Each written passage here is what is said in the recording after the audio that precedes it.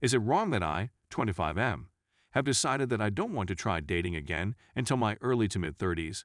This is going to be long-winded, so bear with me. This is the simplified version too. So to start, without spilling my guts on here, because there is a lot that's happened to make this decision. As a month ago, I got divorced after repeatedly being cheated on by my wife, both virtually and in person. We were together for a total of 7 years, married for barely a year. During this relationship, my self-esteem has plummeted. What brought me to this decision is that I don't really have much experience sexually or dating. I have only ever dated 2 people and slept with. After my recent divorce, and how low they brought me, I feel like I can't trust another person. I am going to therapy at the moment, have been since this all started over the summer, when I found out that she was initially cheating on me and wanted to try and fix our marriage. During the last 2 years of our marriage, I wasn't able to sleep in my bed. I work overnights and snore a lot, so she made me sleep on the couch. When we did have intimacies, I could never get into it mentally, and had trouble climaxing, so she would get mad at me, sometimes yell at me about it. Other times when I would try and get into and feel her up, she would get mad and say how I should know she has body issues and can't touch her, i.e. hands around her waist or garbing her chest. I was compared to other guys fairly often and told that other men would be more appreciative of a woman who would have sex with them as much as she want. That lead to conversations of ending the relationship, but we both said we love each other too much to leave. Now to come to the summer, she goes to get tested for STDs, didn't think anything of it until she came out, and said that she came back positive on the quick test for HIV. That's when everything came out and I found out about her other partners and what she was doing when I was at work. Agreed to see a therapist and work it out. Come to a little over a month ago, and she admits to me that she was lying about not still seeing other people and was lying during the therapy too. Now that the divorce is over, she is dating one of the guys she cheated on me with, and I feel like I can't be in a relationship. In conclusion, is it okay for me to not want to date/try and have another relationship till my early to mid-30s? Right now, I'm just kind of doing me, going to work and trying to make friends, since I didn't really have any before this marriage ended. Part of me feels like even if the one came along now or in the next few years, I would easily turn them down. A few of my coworkers have been trying to push for me to try and date, even with helping me get started again, but I kind of shut down and reject the idea right now. I don't want to be hurt like I was and just be with my cat doing things I want/trying to figure out who I am now. Story 2. I'm F24, mad at my boyfriend M25 and my best friend F25! This is not about cheating law. Maybe it isn't even a real problem, but I do feel betrayed. So, my best friend and I were preparing for the same exam. My boyfriend cleared it a year ago. Both of them have been better at academics than me, so I was taking their help while studying. I used to study with my best friend at a library, and my boyfriend would help me through video calls. We're in LDR. They were both very supportive. After 2 months of studying with her, there was a lockdown due to COVID, and we started studying alone in our homes. I realized I'm able to do much more and understand better at home than doing group studies at the library, so I stopped going after the lockdown was lifted. But my best friend kept insisting that I come because I want to study at home by myself.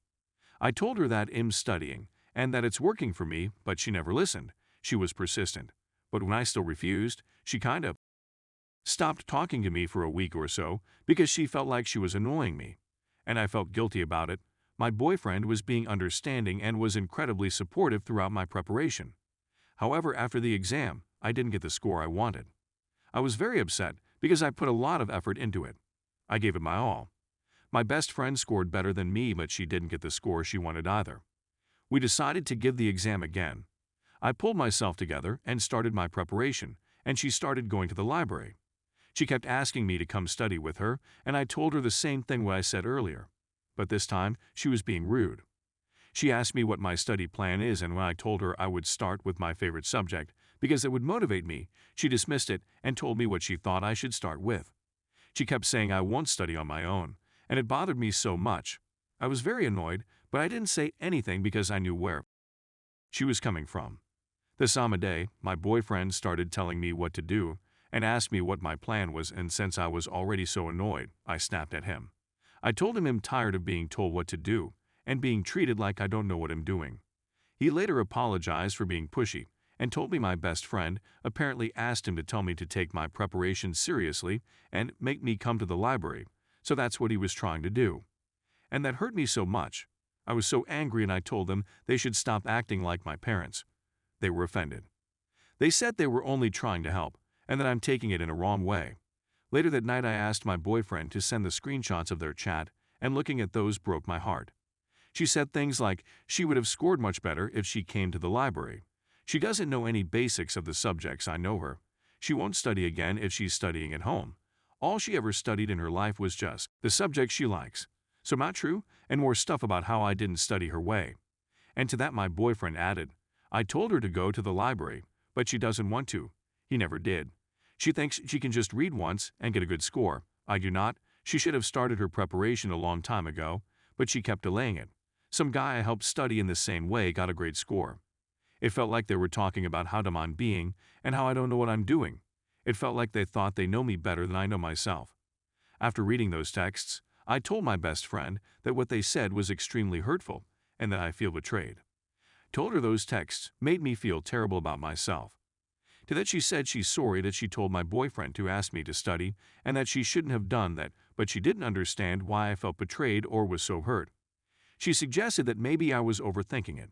He said she's sorry I'm feeling this way. But it wasn't her intention to make me feel like this and that I shouldn't hold it against her. My boyfriend said something almost similar to this, and it me off more because instead of trying to understand me, they were getting defensive. I stopped talking to both of them because I needed space. I share all of this with my other best friend, and she told me I wasn't overthinking, and what I'm feeling is valid. Then she spoke to her. We're 3 best friends, and that's when she realized that it was her mistake and apologized to me genuinely for acting like my parent and not respecting me enough to listen to me. She said she was wrong and was being a horrible best friend, and that she would be if it happened with her too. My boyfriend took more time to realize his mistake, but in the end he gave me a genuine apology too. I took my time and told them I forgave them, but I still hurt when I think about it, especially when I sit down to study. I still get mad at them. I don't show it on my best friend because we don't really talk every day, but I keep having fights about this with my boyfriend. He apologizes and comforts me every single time, but I still can't stop feeling like this. I know it's unfair that I said I forgave, but still fight about this. Am I overreacting? I don't understand why I'm not able to let this go. I guess they were my insecurities and them talking about it made it worse. How do I overcome this? Story 3. I, 15NB, don't know how to emotionally detach myself from my 16M. Okay, so I've been in a relationship with this guy for almost a year. Honestly, the whole thing wasn't good and I'm convinced that I just put up with all of it at first because I was naive and it was my first relationship, so I wasn't sure how it was really meant to work. Long story short, I was getting my feelings hurt throughout the whole thing and decided we needed to end things. Only problem is that I have serious attachment issues and cannot seem to let go properly. He'll do something simple like show he cares again or write some sort of paragraph explaining that he'll change and we'll get back together. I know this isn't at all practical and that realistically it won't end well, but I once again, for the 3rd time, have broken up with him and I want to make sure that this time it's for good. So does anyone have any way I could completely get over him without feeling the need to go falling back into a relationship with him for extra info? While we had good days, I think they were mostly all overpowered by the bad ones. He was jealous very easily, and it felt restricting to me, as I do express my love/appreciation for people through physical touch. And if anyone's wondering why this is so hard for me, it's because I'm convinced that he is the only one willing to do most of what I consider reasonable in a relationship. I.e. me personally, I consider watching 18+ content cheating, and I know some wouldn't agree to stop watching it just to be in a relationship with me. I am also pan and by the title identify as non-binary, and I'm worried that I won't find someone else who respects that and that it'll make it difficult for me to find a partner. I just feel as though his acceptance may be hard to replicate.